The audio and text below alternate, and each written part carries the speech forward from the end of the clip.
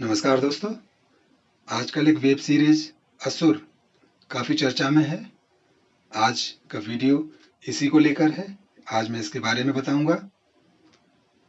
अगर आपने मेरे चैनल को सब्सक्राइब नहीं किया है तो प्लीज़ सब्सक्राइब कीजिए और वीडियो अंत तक देखिए, आपको बहुत अच्छा लगेगा। आजकल वेब सीरीज को सफल बनाने का एक ही मंत्र सबने बना रखा है, अच्छी खासी गालियां, थोड़े बर्गर सीन। पर यह पहली वेब सीरीज ऐसी है जिसमें कोई अश्लील दृश्य नहीं है। मेरे विचार से भारतीय वेब सीरीज इंडस्ट्री ने इससे बेहतर आज तक कुछ नहीं बनाया। इसमें कुछ हिंसक दृश्य हैं, किंतु बहुत रोमांचक है। जिस तरीके से कहानी को हिंदू धर्म ग्रंथों से जोड़कर गूंथा गया है, वह वाकई अद्भुत है। बॉलीवुड को इससे बहुत कुछ सीखना चाहिए। हमारे ग्रंथों में इतनी कहानियां हैं कि भारतीय फिल्म उद्योग को किसी की रीमेक या कहानी चुराने की आवश्यकता नहीं होगी। किंतु बॉलीवुड पूर्वाग्रह से ग्रसित है, उसके बारे में बात क्या ही की जाए। मैं इसके कहानीकार गौरव शुक्ला का प्रशंसक हो गया हूं। कहीं ना कहीं इसकी कहानी आपको टॉम हैक्स के द विंची कोड और इन्फर्नो की याद दिलाएगी। रहस्य रोमांच से भरपूर इस सीरीज को हर वेब सीरीज दर्शक को देखना ही चाहिए। अरशद वारसी, वरुण सोबती और अमीर वाघ सरीखे पात्रों का प्राकृतिक अभिनय प्रशंसा का अधिकारी है। अंत तक रहस्य आपको बांधे रखेगा।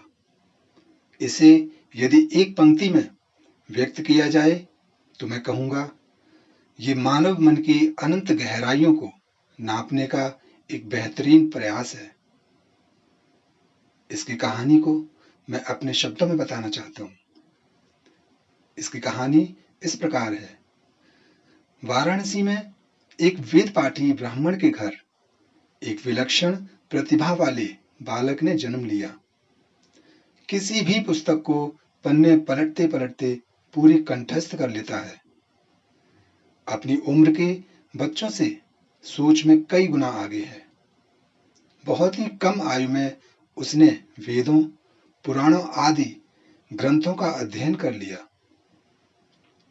चूंकि उसका जन्म अनुकूल नक्षत्र में नहीं हुआ, जैसा कि उसके पिता चाहते थे, और ऊपर से उसके जन्म लेते ही उसकी मां की मृत्यु हो जाती है।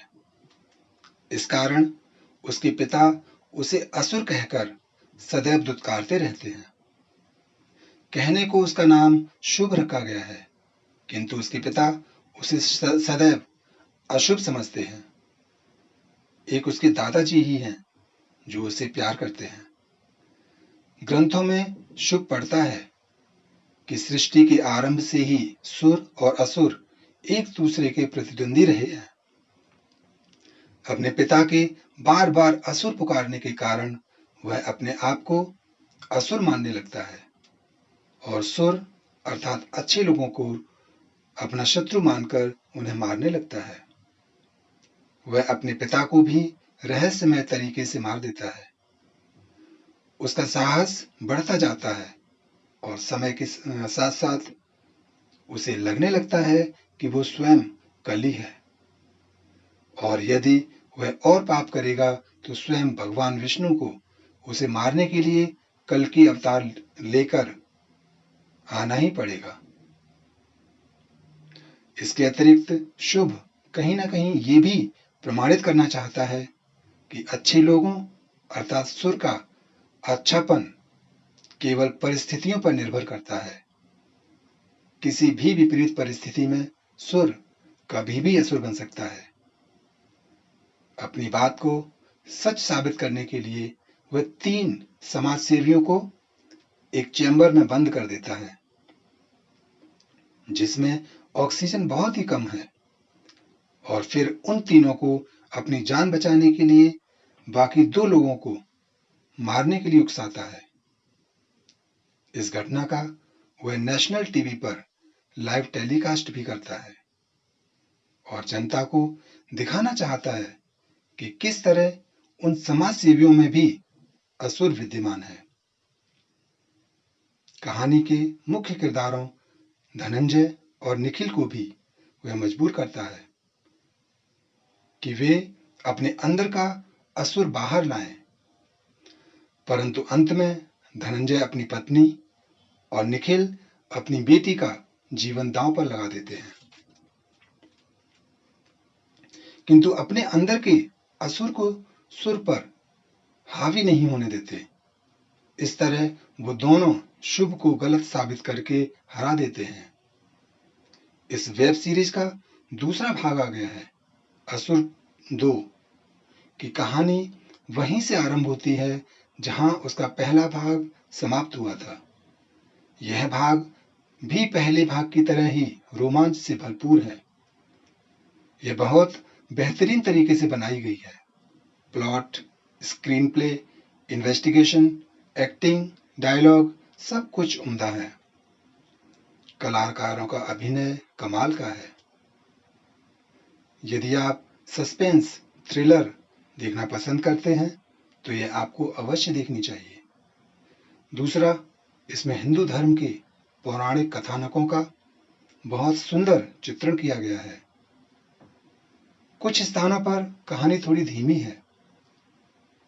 यह इस बात को स्थापित करता है कि हर व्यक्ति के अंदर ग्रे शेड होता है। आप इसके पोस्टर को ही देखें। ऊपर दोनों दिखने वाले नायक हैं और उनके प्रतिबिंब के स्थान पर खलनायक को दिखाया है।